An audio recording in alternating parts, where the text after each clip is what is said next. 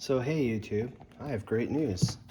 This piece of shit's gonna get sent back to Airgun Depot for a refund. Hopefully it's all works out as the process looks it to go.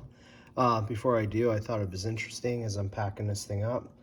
The scope mount isn't screwed in to the air tube. I'm not exactly sure how it's attached. I don't know if it's an adhesive. I don't know what they've got going, but perhaps that's why the dumb thing keeps shooting high and to the left, and I can't tune that out with the scope. So anyhow, let's what I want to do is push a pellet in with the probe, and then knock it back out with a cleaning rod and find out for sure if I'm shaving pellets or not. So if we look closely here, you can see in the mag, part of the rotary magazine sticks out more. It's not centered. I think that just goes to show how not being centered, it could potentially be shoving the pellet over more and causing the shaving issue. Okay, so I got the pellet in the magazine. Let's go ahead and cycle it.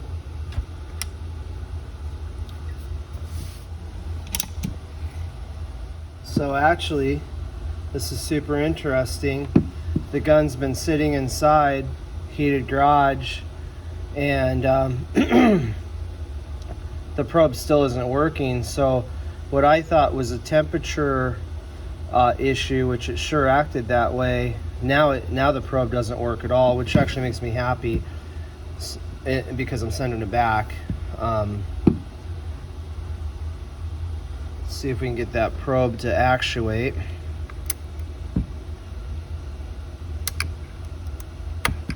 There we go.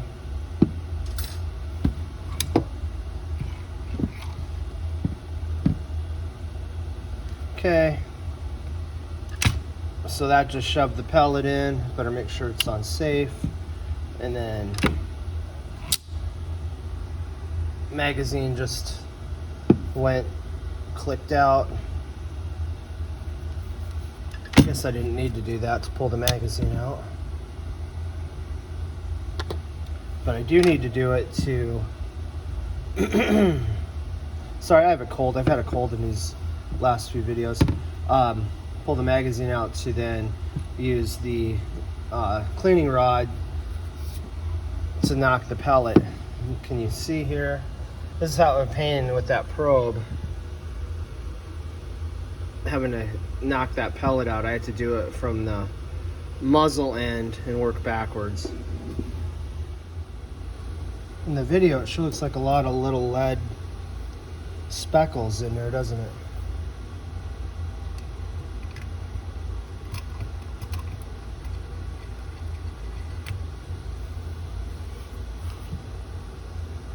Okay, let's see if I can tap this pellet out.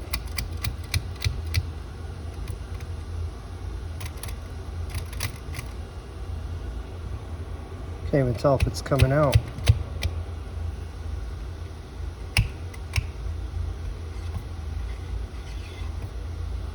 Huh. Well, there it went. That didn't go smoothly. And I think the pellet will be in the probe now.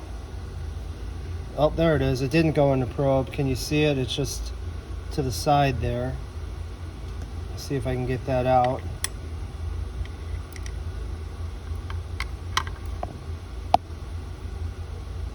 Everything on this gun is a pain, I swear. Everything's a pain in the ass on this gun. Well, that just kind of mangled the pellet, unfortunately. But I was worried about that, trying to shove it out backwards, how well it would do. Alright, so I think we have I think this is an explanation. So this is what I use to knock the pellet out. It's a Crosman Premier hollow point. And so I'm hitting it on here, but look at that.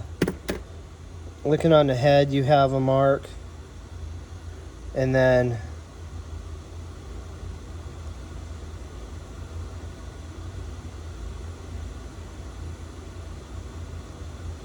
Yeah, I don't know. I guess it's just not as defined as I'd like. Maybe I'll try to shoot some more in a bucket. Let's give that a try. All right, just for fun, let me show you the plunger. I mean, it feels plenty smooth going in and out. I don't know why it's sticking. I don't get it. Don't get it. All right, I'm gonna go outside. I'll try shooting. Here, let's see if I can get that on video. All right, so it wasn't very successful before shooting pellets into the bucket full of water. I was afraid sounded like they were hitting the bottom of the bucket. So I put a piece of foam down there. Hopefully I don't damage the foam. More importantly, it doesn't affect the pellets. So I'm gonna shoot 3 pellets into the water, and then I'll collect them and we'll see what they look like.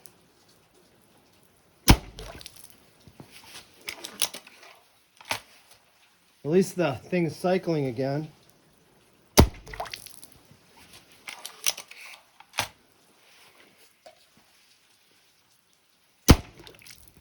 I got water on me.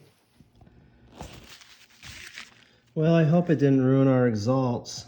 3 pellets into the foam, and can you see that through the foam? That bums me out. Ooh, that water's chilly, it's cold. Well, maybe we lucked out. They don't look too malformed. All right, let's see what we got here. Let's hold it up to the light.